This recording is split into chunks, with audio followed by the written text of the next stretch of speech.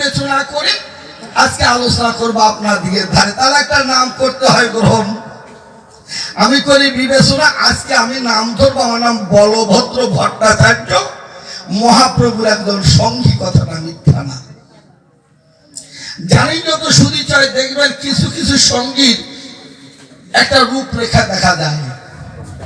ধরেন এই গ্রামে যদি কেউ গাঁজা খায়, বুঝলেন, একজন গাঁজা খাওয়ার লোক যদি আসে, কি বলবো আপনাদের পাশে, কয়েকদিনের পর কয়েকদিন অবশেষে দেখবেন আরো 2-4 জন বন্ধু বান্ধব গোসায় না, ওরাও একটু টানে, মাঝে মাঝে ওরাও একটু ভালোবাসে প্রাণে, সঙ্গ গুণে রঙ্গ ধরে সর্বশাস্ত্রে কয়। যদি কোনো গ্রামে একজন সাধু মহাপুরুষের জন্ম হয় বা সাধু মহাপুরুষ আসে, দেখবেন কোন কোন সময় সাধু মহাপুরুষের পরশে কিছু ভালো মন্দ মানুষ এসে মেশে, কিছু মন্দ মানুষও মিশে, এক সময় মন্দ মানুষগুলো ভালো মানুষ হয়ে যায়। সাধুর পরশে, সাধুর দর্শে মনের ময়লা দূরীভূত হয়। আমি করি বিবেচনা, এই জন্য সঙ্গ তো সে রঙ্গ ঘটে, সঙ্গ ছাড়া কখনো ভগবানকে লাভ করা সম্ভব না। তাই বলভদ্র এমন একটা মানুষ, আমি একেবারে পৃথিবীর একটা বিরুদ্ধ আচরণের মানুষ, আমার মধ্যে কোনো ধর্মজ্ঞান নাই। বলি সবাই বর্তমান শুনবেন যত ভক্ত প্রাণ, ভগবান হরি আমার গৌর ভগবান, উনি জগতে অবতীর্ণ হলেন নিয়ে প্রেমের সোপান, নামের সোপান। সবার মধ্যে বলা ভালো, মহাপ্রভুর আগে কিছু বাংলায় বা পৃথিবীতে বলবো না, অখণ্ড ভারতে কিছু কুসংস্কার ছিল। যেমন যদি কোনো কেউ অপরাধ করত, তা কোনো কোনো ব্রাহ্মণরা তার সাজা দিত। আমি করি বিবেচনা, এমন কিছু সাজা দিত যে সাজাগুলোতে একমাত্র সাজা হচ্ছে তার মৃত্যু, মৃত্যু ছাড়া তার সাজা মানে তার প্রায়শ্চিত্ত হতো না। কখনো কখনো কোনো ব্রাহ্মণ যদি শুনতে পায়, জানেন যত সুরিচয়, যে একজন শূদ্র কৃষ্ণ নাম লয়, একজন খারাপ মানুষ, চরিত্রহীন মানুষ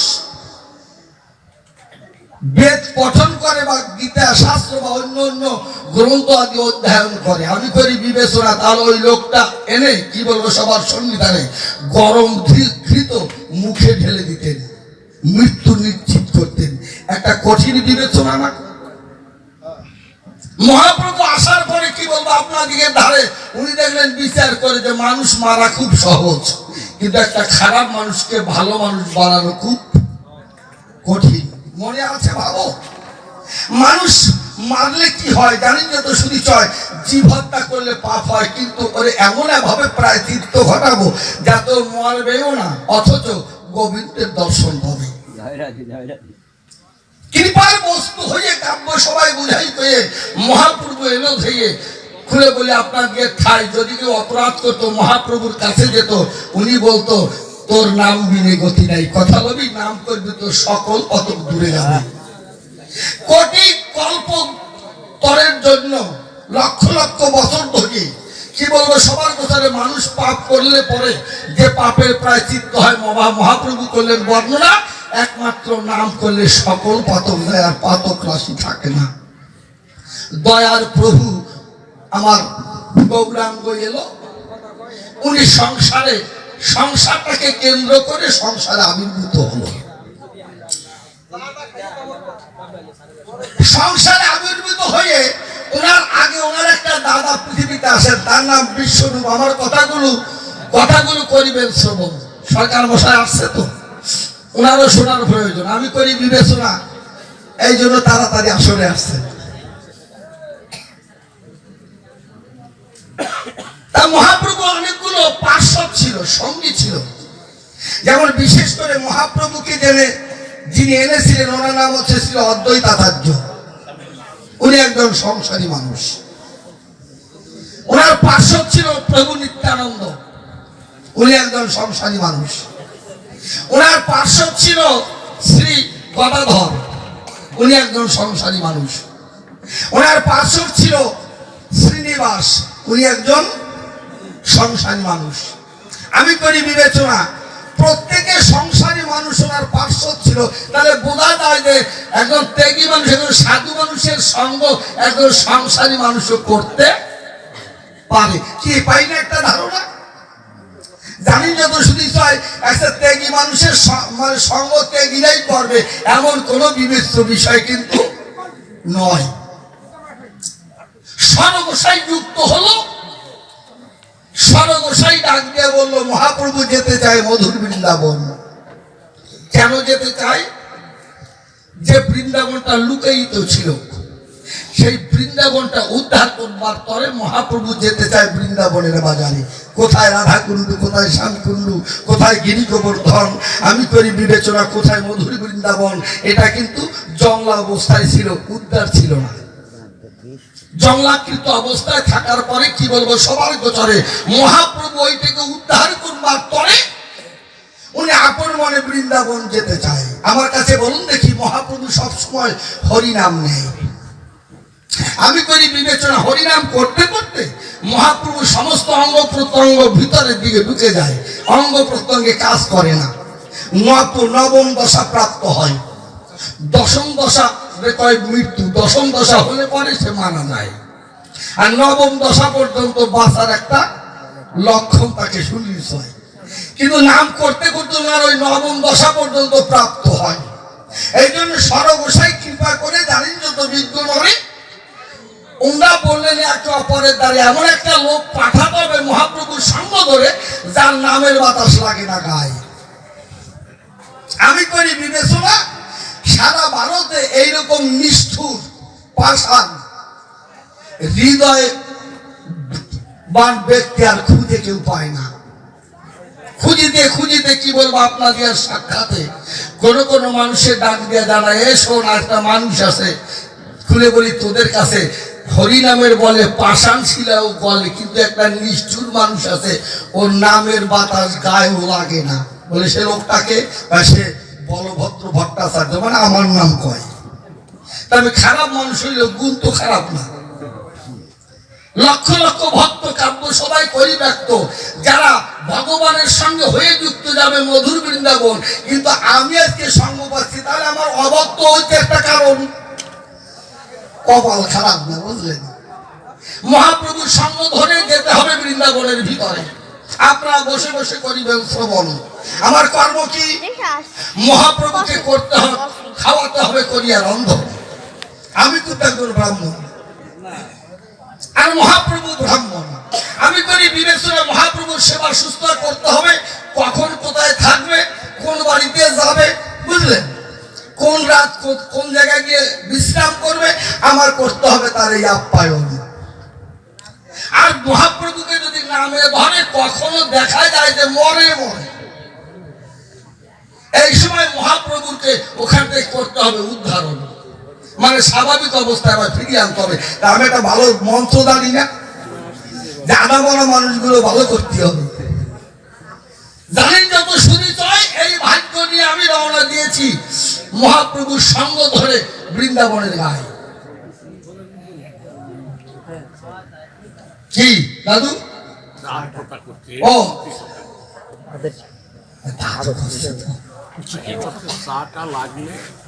দাদু আমার মাথার কাপ দিয়ে যাইয়েন।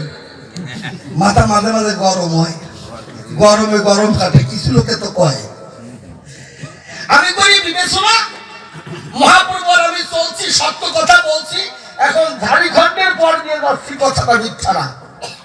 বর্তমানে ঝাড়খণ্ড প্রদেশ, ওই প্রদেশের মধ্যে দিয়ে কাব্য সবাই বুঝাই করে মহাপ্রভুর সঙ্গ হয়ে আমি করেছি রওনা। মহাপ্রভু খালি গায়ে, দৈর্ঘ্য প্রস্থে 4 হাত, অপূর্ব চেহারা। পৃথিবীর মধ্যে অত সুন্দর চেহারা ছিল না ধরণীর গায়ে। আমি করি বিবেচনা, মহাপ্রভু সম্মুখী আছে, কৃষ্ণ কৃষ্ণ হরি হরি বলে মাঝে মাঝে নাচে, চোখের জল ছিটকে পড়ছে মৃত্তিকায়। আর আমি তো পিছনে আসি, বলি কাব্য সবার কাছাকাছি, কখনোই নবম দশায় ধরিয়ে বসে। আমার ওই অবস্থা থেকে আবার স্বাভাবিক অবস্থায় ফিরে আনতে হবে। অভক্ত যদি তার কানের কাছে গিয়ে জোরে জোরে হরির নাম লয়, তাহলে উনি আবার স্বাভাবিক হয়ে আসবে। এখন দুইজনে চলছি ভালো, আপনাদের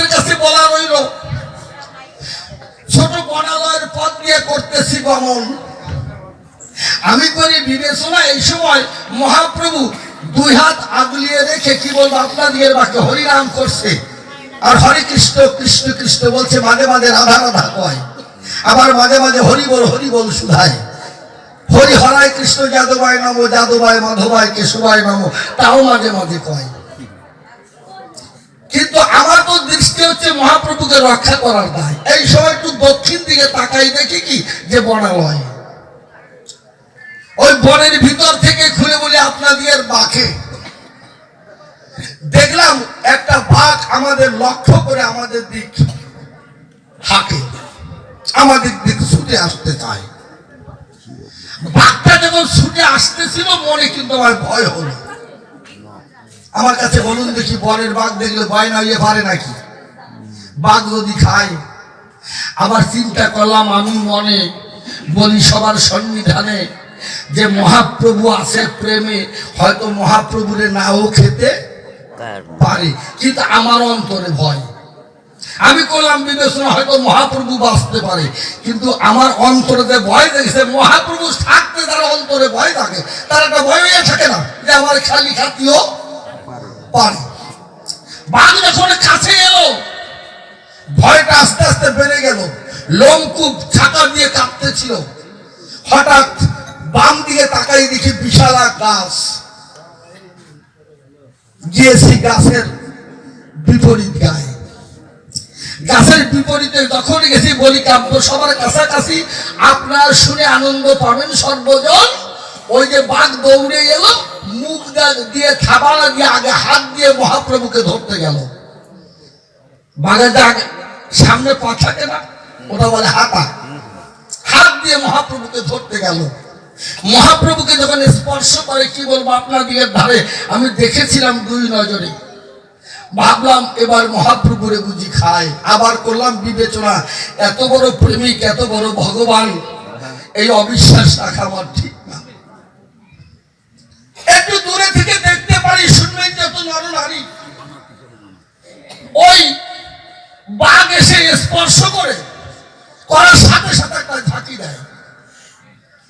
আমি করলাম বিবেচনা যে আমার ভিতরেও ঝাঁকি দিল, ওই বাঘটার গায়েও ঝাঁকি দিল, দেখি কি করে, না দেখে ছাড়া যাবে না। কিন্তু দেখতে পেলাম নয়ন ভরি কি বলবো আপনার দিকের ধারে ওই যে বাঘের আর একটা হাত, ওই হাত দিয়ে মহাপ্রভুর গলার পাশে জড়াইয়ে ধরে। হিতে হলো বিপরীত। আমি করি বিবেচনা, দেখলাম যে মহাপ্রভুকে খাচ্ছে না, আর একটা হাত দিয়ে জড়িয়ে ধরে মহাপ্রভুর সঙ্গে আলাপ করে।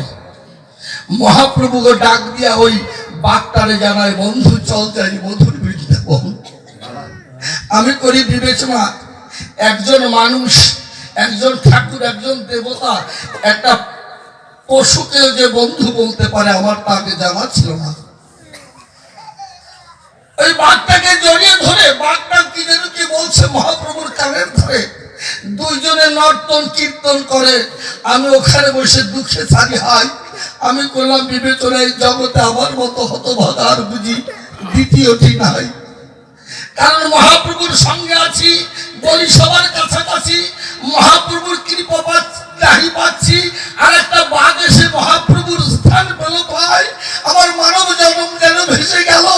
চিন্তা করলাম হৃদয় তল, মানব জন্ম বুঝে আমার ব্যর্থ হয়ে যায়। দেখি কি হয়। দেখতে পেলাম নয়ন ভরিয়ে কি বলবো সবার ধারে দূর থেকে আমাদের এই সমস্ত দৃশ্য একটা হাতি দর্শন করে। হাতিরে করি কয়, হাতি ওই করিটা এলো ছুটে, বলি কাব্য সবার সন্নিকটে সুর দিয়ে ওই হাতিটার সুর দিয়ে বাঘটাকে জড়াই ধরতে চায়। আমি করি বর্ণনা, বাঘটাকে যখন জড়াই ধরলো দেখলাম হাতিটাও একটা ঝাঁকা দিল। কারণ ওই যে মহাপ্রভুর প্রেমের পরশ লাগলো বাঘের গায়ে, বাঘের মধ্যে প্রেমবৃত্তির উদয় হলো। আপনাদের কাছে বলা ভালো, ওই প্রেমবৃত্তি হাতির মধ্যে গেল। উভয়ে তখন কৃষ্ণ কৃষ্ণ কয়, হা কৃষ্ণ গোবিন্দ বলে ঊর্ধ্ব দিকে বাহু তুলে ওখানে একটা নববৃন্দাবন সাজা। আমি করলাম বিবেচনা, এই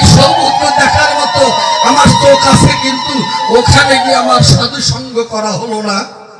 একটু পরে দেখতে পারি যাকে আমরা বলি করি, মানে যারা হাতি যারে কয়, হাতি একটু ছুটে গেল, সুরে কিছু জল নিয়ে এলো, চোখের জল মিশ্রিত করলো, চোখের জল দিয়া সুরের জল দিয়া আমার মহাপ্রভুর চরণ ধোয়, হরে কৃষ্ণ হরি বলে ওখানে বৃন্দাবন হলো সভা করে, বৃন্দাবন হয়ে ওখানে নর্তন কীর্তন করে কৃষ্ণ কৃষ্ণ গায়। আছেন যত ভক্তবৃন্দে একবার সবাই হরে কৃষ্ণ করে গেল, মনে একবার হরি বলো, কৃষ্ণ কৃষ্ণ বলতে বলতে দুইজন দুই দিকে গেল। ভক্ত যদি অভক্ত পায়, ভক্ত যদি অভক্ত ধরে পরশ করে গায়, অভক্তের অভক্ত তো থাকে না, অভক্তের অভক্ত দূরে গিয়ে প্রেমের হয় উদয়। এই জন্য আমি করি বর্ণনা সঙ্গ গুণের অঙ্গ ধরে, কি বলবো সবার গোচরে মহাপ্রভুর সঙ্গ যখন লাগলো ওই বাঘ আর ওই হাতির গায়ে, তারাও ভক্ত হয়ে গেল, তাদের জন্ম ধন্য হলো। দুইজন দুই দিক হরি বল বলতে বলতে ধায়। আমি তখন সম্মুখে গেছি, বলি সবার কাছাকাছি মহাপ্রভু দাঁড়িয়ে আছে, আমার দিক তাকায়। আমি তখন করজোরে নিবেদন করতে আরম্ভ করলাম মহাপ্রভুর ধারে, আপনারাও বসে বসে করিবেন শ্রবণ, এখান থেকে প্রশ্ন হবে, মনে মনে দেখেন ভেবে এখান থেকে আপনারা আনন্দ রস করবেন আস্বাদন। আমি করি বিবেচনা, কাব্য সবাই করি ব্যক্ত, আমি কিন্তু একজন অভক্ত, ভক্তের পরশ কিন্তু আমার গায়ে লাগে না। হয়তো মানব জন্ম ধরে আছি বলি কাব্য সবার কাছাকাছি, আমার জানতে অভিপ্রায় শাস্ত্রে বলেছে ৮০ লক্ষ জন্ম ভ্রমণের পরে, কি বলবো সবার গোচরে এই জগতে নাকি মানুষ হতে হয় ৪ লক্ষ বার মানব জন্ম।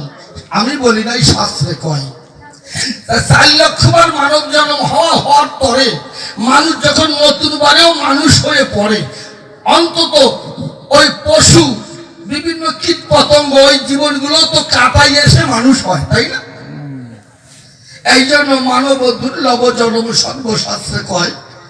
কোটি জন্মের ভাগ্যের ফলে জানেন যত বিজ্ঞ দলে জন্ম নিয়েছি মানব কুলে, হয়তো আমি ভাগ্যহীন হয়েছি ধরনীর গায়ে, তবু বলি সবাই বিদ্যমান, আমি বড় ভাগ্যবান, কারণ সম্মুখে পেয়েছি ভগবান। তাই ভগবানের কাছে প্রশ্ন করব দান, তুমি আমার কথা নিও।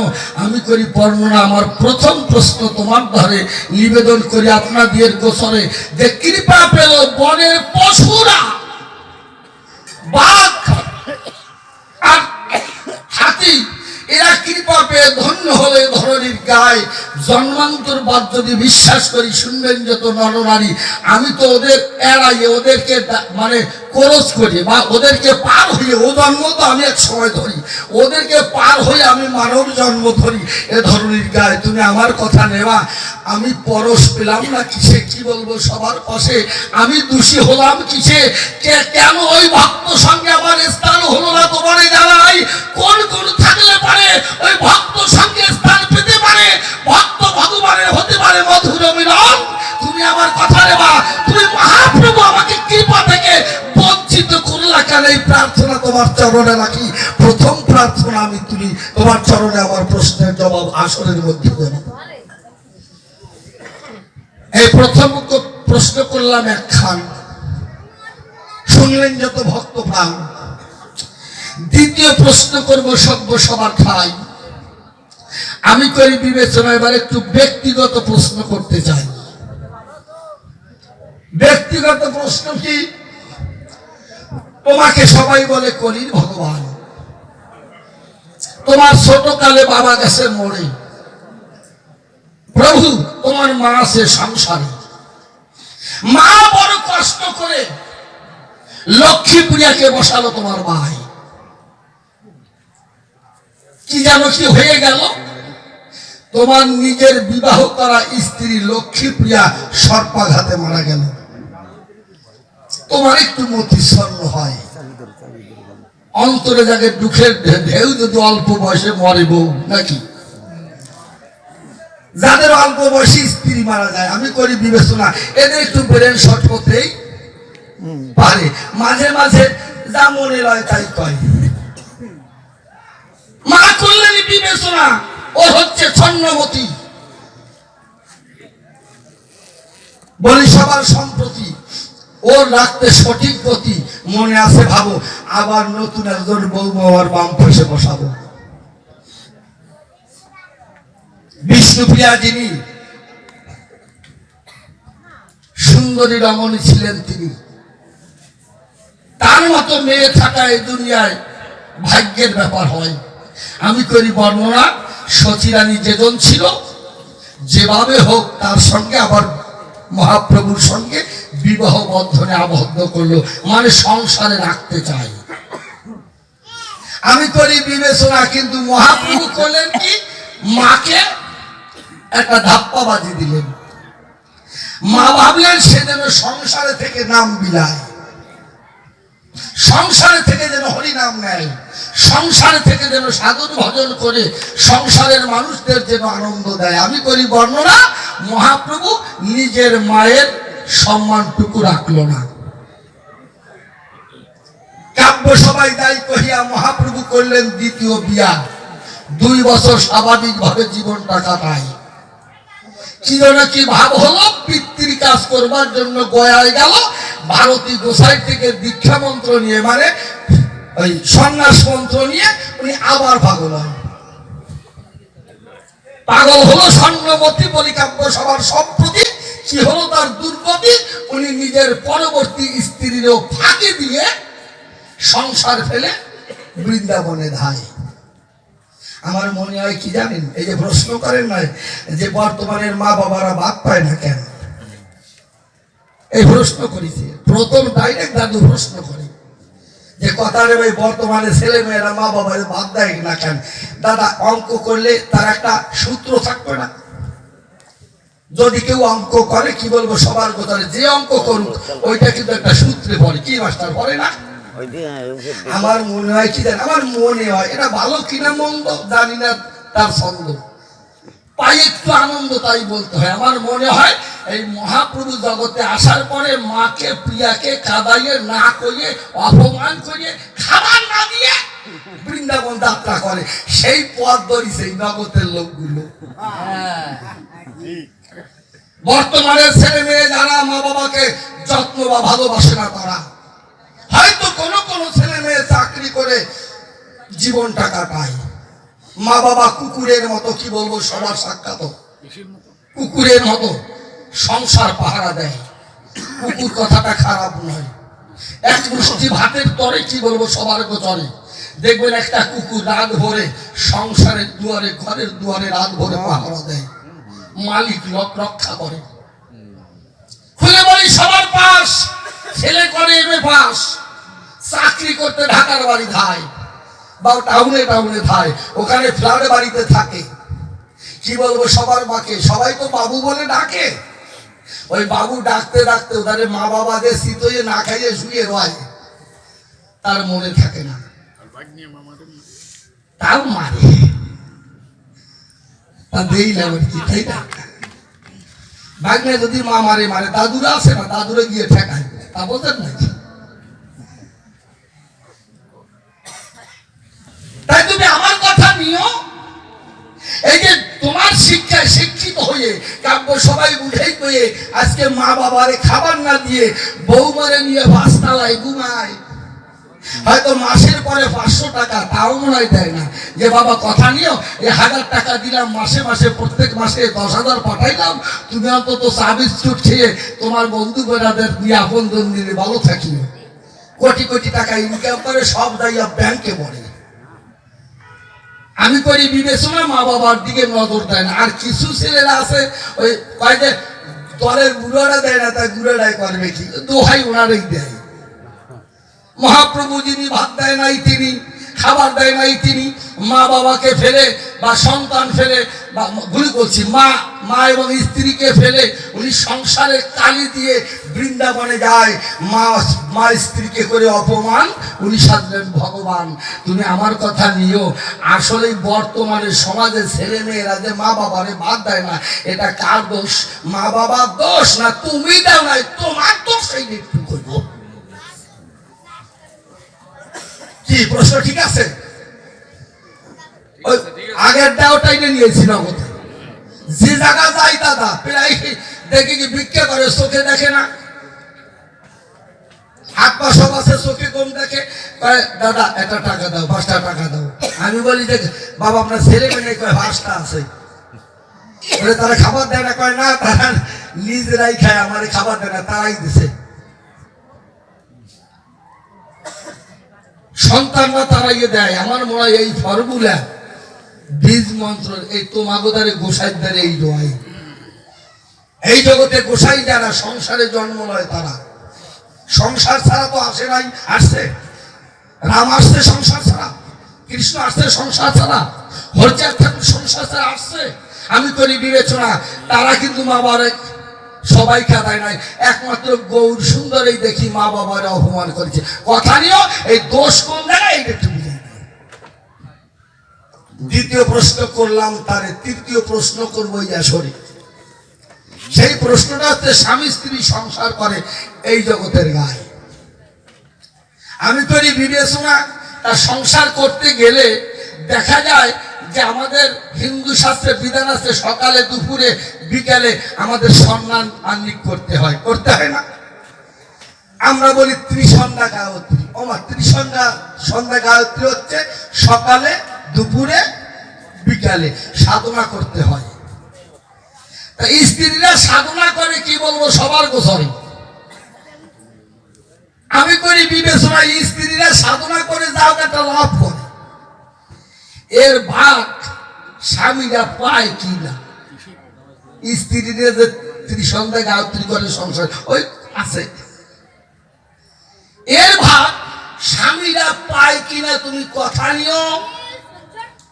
ওই একই কথার সাথে স্বামীরা যে সাধনা করে দেখা আছে শাস্ত্রের ভিতরে পুরুষটা যত পূর্ণ করে তার অর্ধেক নারী নিয়ে যায় নাকি? এই জন্য স্ত্রীদের সহধর্মী নিতে হয়। মানে সারাদিন আপনি খাইতে সাধনা করবেন, গোসাইলে বাড়ি বসে বলতে সারাদিন ডাল খাওয়াবেন, গোসাইলে খালি ওই আস্থা তৈরি অর্ধেক হয়ে যাবে।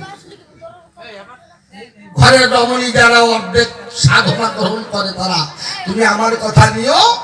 এই স্বামী স্ত্রীর ভালোবাসার মধ্যে খুলে বলি তোমার সান্নিধ্যে এটা প্রশ্ন করলাম কেন? তুমি দেশ বিদেশে ঘুরে কৃষ্ণ নাম যাচ্ছ প্রচার করে, আর তোমার স্ত্রী সংসারে বসে মন্দিরে বসে ঠাকুরের গুণ গায়, স্রষ্টার গুণ গায়। তুমি আমার কথা নেবা, তোমারটা ওই বিষ্ণুপুরিয়া ভাবে না বিষ্ণুপুরিয়াটা তুমি পাবা? কথা নিও। এই দুইজনের ভাগাভাগি কি হবে এই একটু ভালো করে আসলে মধ্যে কবা। মানে ওনার একটু জড়াই দিলাম। আমি করি বর্ণনা,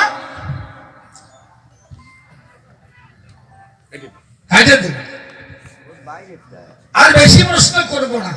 আর একটা প্রশ্ন না করলে নয়। হরিচন্দ্র একটা প্রশ্ন করতে হয়, কি বলবো সবার ধারে দেখেন কিছু পাগল জগৎ সংসারে দেখা যায়, যেমন কাঞ্চিরাম পাগল, ফেলারাম পাগল, আমাদের গণেশ পাগল, এইখানে আছে কি পাগল জানো? সনাতন পাগল। কি বলবো সবার ঠাই এরা পাগলরা কিন্তু সংসারে বসেও পাগল হয়েছে। গণেশ পাগল শেষ পর্যন্ত একটা সংসারে জীবন কাটিয়েছে, তাই না? পাগল মানুষ, কিন্তু মনোজ সরকার একজন সংসারী মানুষ, তার বাড়িতে জীবনটা কাটায়। কাঞ্চিরাম পাগল তাই।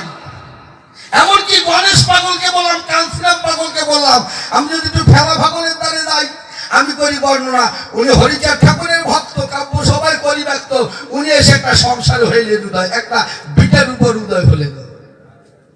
বলি কাব্য সবাই সতত লক্ষ লক্ষ মানুষ ওই সংসারের মতো ওনার কাছে গিয়ে সংসার করতে থাকতো। আবার এই এক গোসাই আমাদের সনাতন গোস্বামীর এই জন্মভূমি এই জায়গায়, তাই না? আমি করি বিবেচনা, ওনারও বংশপালি আছে, কি বলবো আপনাদের কাছে, তাহলে ওনার সাধু তো আর কম না।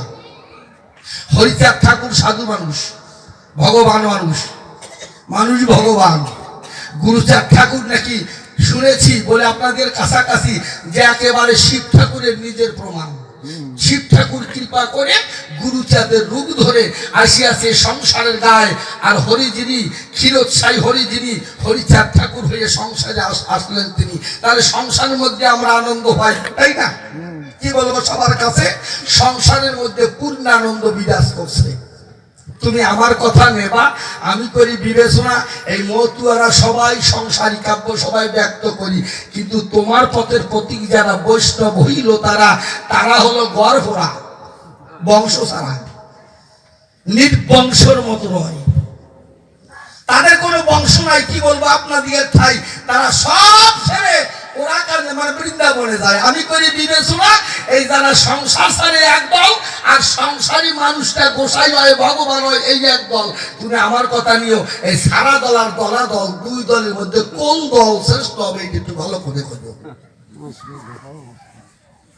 আচ্ছা, আর কোনো প্রশ্ন আপনাদের আছে নাকি? মনে হয় এরপর আর প্রশ্ন লাগে না, লাগে? আপনি আমার কথা লাভেন, এই প্রশ্নগুলোর জবাব সুন্দর করে শুনবেন, আনন্দ হইবে বর্ধন। মনে আমার আছে বাবু, এবার একটা গান শোনাবো, তারপর শুনবো তার আনন্দ কীর্তন।